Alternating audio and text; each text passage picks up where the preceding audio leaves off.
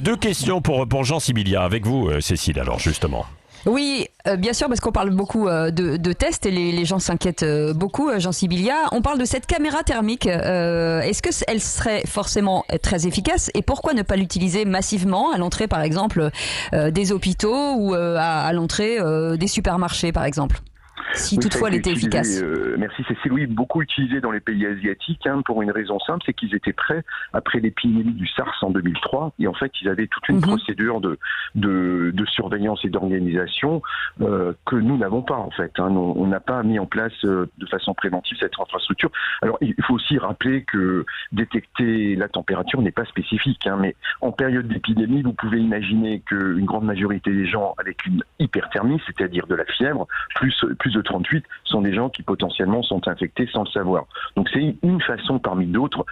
C'est pas un processus véritablement de dépistage, mais une procédure de surveillance, notamment à l'entrée des lieux publics, puisque c'est essentiellement à l'entrée de ces lieux publics qui mettent les caméras ou dans les aéroports. Donc c'est une façon qui a été utilisée. C'est une question d'organisation, pourquoi pas, mais ce n'est pas une mesure magique. Ça ne doit pas être la seule mesure, évidemment.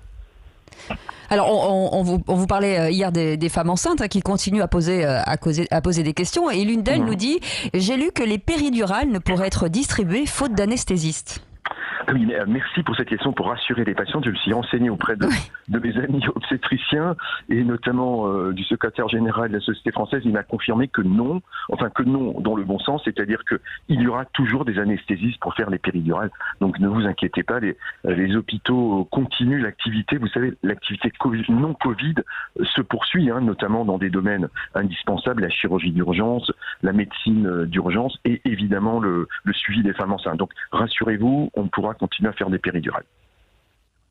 Et puis beaucoup de questions aussi autour des relations intimes, Jean Sibilia, parce que tout le monde dit que beaucoup de gens disent qu'on est asymptomatique et qu'on ne sait pas. Est-ce qu'il faut forcément arrêter stopper toute relation intime ?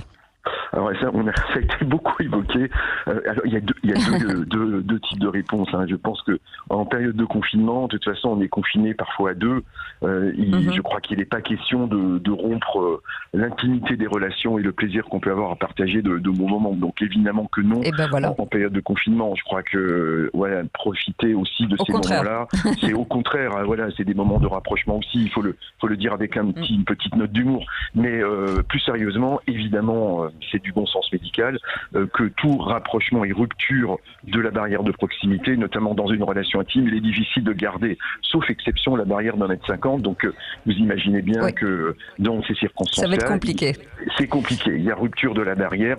Alors, et je crois qu'aujourd'hui, il faut effectivement éviter toute rupture de barrière impromptue qui pourrait exposer les autres à une transmission du virus. Mais entre vous, dans votre famille, avec votre femme, votre chérie, je crois que les choses, mettez de la bienveillance, mettez du bonheur. C'est important de mettre du bonheur dans les foyers aussi tous les jours. Ah bah ça Merci c'est une beaucoup, bonne parole, Sibilia. Absolument. Ça c'est une bonne parole, exactement. On vous retrouve demain matin à 8h45. Merci beaucoup et continuez de nous poser des questions sur la santé, des questions auxquelles on répondra bien sûr régulièrement. Dans un